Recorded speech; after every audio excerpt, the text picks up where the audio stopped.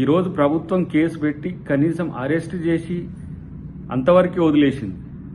ఢిల్లీలో ఉపహార్ థియేటర్ సంఘటనలో ఆ థియేటర్కు సంబంధించిన యాజమాన్యంతో పాటు బాధ్యతలకు ఉరిశిక్ష వేసిన సంఘటన ఈ దేశంలో ఉంది. కానీ అరెస్ట్కే అంతలా బాధపడిపోతున్న పరిస్థితిని మీరు గమనించుకోండి. ఇది ప్రభుత్వానికి తప్పనిసరి పరిస్థితుల్లో చేసినది. కాబట్టి మీరు ముఖ్యంగా బీజేపీ బీఆర్ఎస్ నాయకులు మీరు ఎటువైపో తెలుస్తలేదు రాజకీయం కొరకు, అప్పుడు అటు ఇప్పుడు ఇటు అన్నట్టు గోడ మీద పిల్లివాటం ఉంటున్న పరిస్థితి గమనించుకోండి.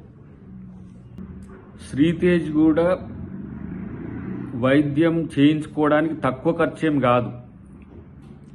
నేనంటున్నా, మా కోమటిరెడ్డి గారు ఒక డిమాండ్ చేసిండ్రు, లేకపోతే సమాజం నుంచి ఒక డిమాండ్ వస్తుంది. నష్టం ఏం లేదు ఆ ఖర్చు బరాయిస్తే. నేను అనుకుంటున్నా 20-30 కోట్ల పైచిలుకు అవుతుంది. ఒక 100 కోట్లు ఇచ్చిన నష్టం ఏంది? ఆ ప్రాణాన్ని కాపాడుకుంటూ 1000 కోట్లు వచ్చినాయనే ప్రచారం మీకు బయట ఉంది. ఈ ప్రచారం పక్కన పెడితే ముఖ్యంగా సినిమా పరిశ్రమకు సంబంధించిన పెద్దలు కూడా ఆలోచించాల్సింది ఏంటంటే, దీన్ని రాజకీయ కోణం తీసుకున్న పార్టీల గాయలో మీరు పడకండి.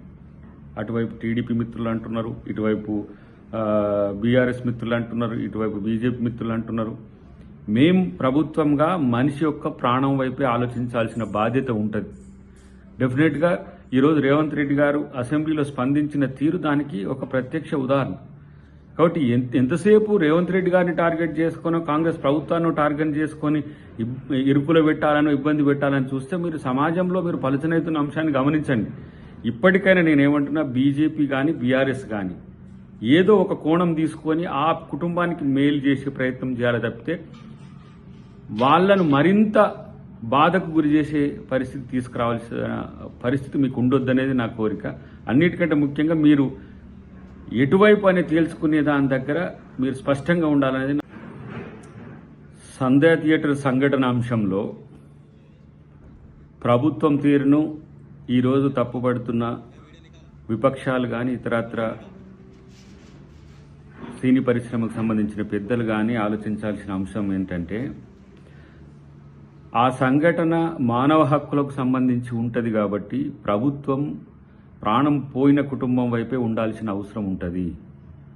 కాబట్టి అరెస్ట్ కాగానే మొత్తం అంతా అయిపోయిందనే ఉద్దేశంతో కొన్ని రాజకీయ పక్షాలు కొంతమంది ఉద్దేశపూర్వకంగా చేసే పరిస్థితిని మీరు పట్టించుకోకండి. ఎందుకంటే దీంట్లో అల్లు అర్జున్ అంశంలో రాజకీయ కోణాన్ని ఎస్టాబ్లిష్ చేసుకుని రాజకీయ లబ్ధి పొందాలనుకుంటున్న బీజేపీ బీఆర్ఎస్ పార్టీ నాయకులు కూడా నేను చూస్తున్నా. వీళ్ళు క్లారిటీ లేకపోవడం వల్లనే ఈ సమస్య వచ్చింది.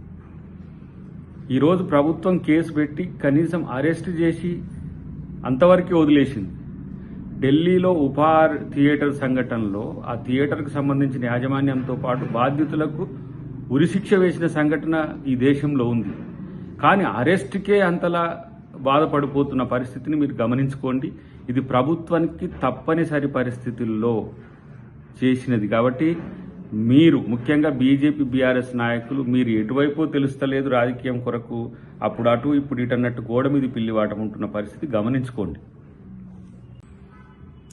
ఈ సమస్య పరిష్కారానికి స్వతహాగా ముందుకు రావాల్సింది అల్లు అర్జునే. ఎందుకంటే తనని ఎవరు గైడ్ చేస్తుండ్రో, ఎవరు మిస్లీడ్ చేస్తుండ్రో నాకు తెలుస్తలేదు. కానీ ఇది సబ్జుడీస్ అయిద్దని తెలిసినప్పటికి కూడా బయటికి వెళ్ళి మాట్లాడమే కాకుండా, ఈరోజు బెయిల్ మీద వచ్చిన ముద్దాయికి ఉండే హక్కుల గురించి మరి ఎంతవరకు వాళ్ళు చెప్పారో తెలియదు. కానీ ఇది మంచి సాంప్రదాయం కాదు. రెండవది, మీరు వీలైతే ఆ కుటుంబానికి సహకరించండి. ప్రభుత్వానికి కూడా నా విజ్ఞప్తిగా నేను కలిసి చెప్పబోతున్నది ఏంటంటే, ఇలాంటి సంఘటనలో మనం అనుసరిస్తున్న విధానం మీద విమర్శలు వచ్చేటప్పుడు చాలా సంయమనంతో ఉంటున్నమాట వాస్తవం. కానీ ఇంకొక ప్రాణం శ్రీతేజ్ది ఇంకా చావు బతుకుల మధ్యన ఉన్నది. కాబట్టి అమెరికాలో నాకు తెలిసి ఫిలడెల్ఫియాలో దీనికి సంబంధించి వైద్యం చేసుకోవడానికి అవకాశం ఉన్న మంచి హాస్పిటాలిటీ ఉందని తెలిసింది. కాబట్టి ప్రభుత్వంగా మనం తనకు ఈ అవకాశాన్ని కల్పించడానికి ప్రయత్నం చేయాలనేది నా విజ్ఞప్తి.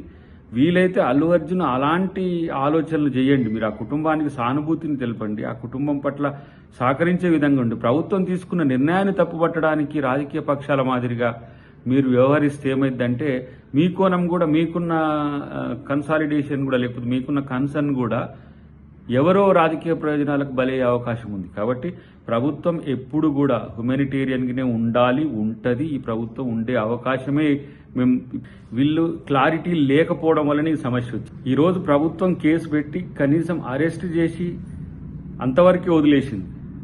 ఢిల్లీలో ఉపహార్ థియేటర్ సంఘటనలో ఆ థియేటర్కు సంబంధించిన యాజమాన్యంతో పాటు బాధితులకు ఉరిశిక్ష వేసిన సంఘటన ఈ దేశంలో ఉంది. కానీ అరెస్ట్కే అంతలా బాధపడిపోతున్న పరిస్థితిని మీరు గమనించుకోండి. ఇది ప్రభుత్వానికి తప్పనిసరి పరిస్థితుల్లో చేసినది. కాబట్టి మీరు ముఖ్యంగా బీజేపీ బీఆర్ఎస్ నాయకులు మీరు ఎటువైపో తెలుస్తలేదు రాజకీయం కొరకు, అప్పుడు అటు ఇప్పుడు ఇటు అన్నట్టు గోడ మీద పిల్లివాటం ఉంటున్న పరిస్థితి గమనించుకోండి. వీళ్ళు క్లారిటీ లేకపోవడం వల్లనే ఈ సమస్య వచ్చింది.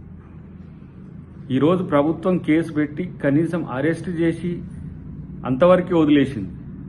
ఢిల్లీలో ఉపహార్ థియేటర్ సంఘటనలో ఆ థియేటర్కు సంబంధించిన యాజమాన్యంతో పాటు బాధితులకు ఉరిశిక్ష వేసిన సంఘటన ఈ దేశంలో ఉంది. కానీ అరెస్ట్కే అంతలా బాధపడిపోతున్న పరిస్థితిని మీరు గమనించుకోండి. ఇది ప్రభుత్వానికి తప్పనిసరి పరిస్థితుల్లో చేసినది. కాబట్టి మీరు ముఖ్యంగా బీజేపీ బీఆర్ఎస్ నాయకులు మీరు ఎటువైపో తెలుస్తలేదు రాజకీయం కొరకు, అప్పుడు అటు ఇప్పుడు ఇటు అన్నట్టు గోడ మీద పిల్లివాటం ఉంటున్న పరిస్థితి గమనించ తెలుగు జాతిని పూర్తి స్థాయిలో చూపెట్టిన ఇక్కడ ప్రభుత్వం ఇంత చేస్తూ ఉంది, కక్షపూర్తంగా వ్యవహరిస్తుంది. మళ్ళీ ఇప్పుడు మీకు ఎక్కడ కక్ష కనబడ్డది నాకు అర్థం కాలేదు. కక్ష ఎక్కడ కనబడ్డదో అర్థం కాలేదు. ఇలా కక్ష అనేటువంటి పదానికి అర్థం లేకుండా ఈ పదంలో అంటే రాష్ట్రంలో ఇప్పుడు ప్రధాన ప్రతిపక్షాలు బీజేపీ బీఆర్ఎస్ సినిమా ఇండస్ట్రీస్ మీద ఎక్కువ వాళ్ళు ఫోకస్ చేస్తున్నారు. మిగతా సమస్యలు ఏమని మీరు అనుకుంటున్నారు? కరెక్ట్ మాట్లాడారు. మొన్న అక్బరుద్దీన్ ఓవైసీ శాసనసభలో మాట్లాడుతూ ఏసీబీ కేసుకు సంబంధించి శాసనసభలో చర్చ చేయాలంటారు. ఏసీబీ కేసు గురించి ఎందుకు శాసనసభలో ఒక వ్యక్తికి సంబంధించి శాసనసభలో ప్రజా సమస్యల గురించి చర్చ చేయమని చెప్పండి. అరే కేసుల నిర్దోష అయితే నిర్దోషితో నిరూపించుకోమని చెప్తా ఉన్నాం కదా. ఏసీబీ ఒక కేసు పెట్టి దాని తర్వాత ఈడీ ఎన్ఫోర్స్మెంట్ అడుగుతూ ఉన్నది. దానికి సంబంధించినటువంటి తప్పు, దానికి సంబంధించి ఏదో అధికారంలోకి వస్తామని మీరు ఇష్టపడి చేసిన ఆ విధానంలో దానికి సంబంధించినటువంటి డబ్బు ట్రాన్స్ఫర్ విషయంలో కూడా పొరపాటు జరిగితే ఏసీబీ అట్రాక్ట్ అయింది. అచ్చా మాకు మేముగా సోమోటో ఏదో మేము పిటిషన్ ఇచ్చి కేసు పెట్టింది కాదు. మున్సిపల్ శాఖ ఫిర్యాదు మేరకు దాని తదుపరి ఒక ప్రజాప్రతినిధికి సంబంధించిన విచారణ జరగాలన్నప్పుడు గవర్నర్ గారు అనుమతి కావాలంటే గవర్నర్ గారిని ఊరూరికనే అనుమతి ఇవ్వలే.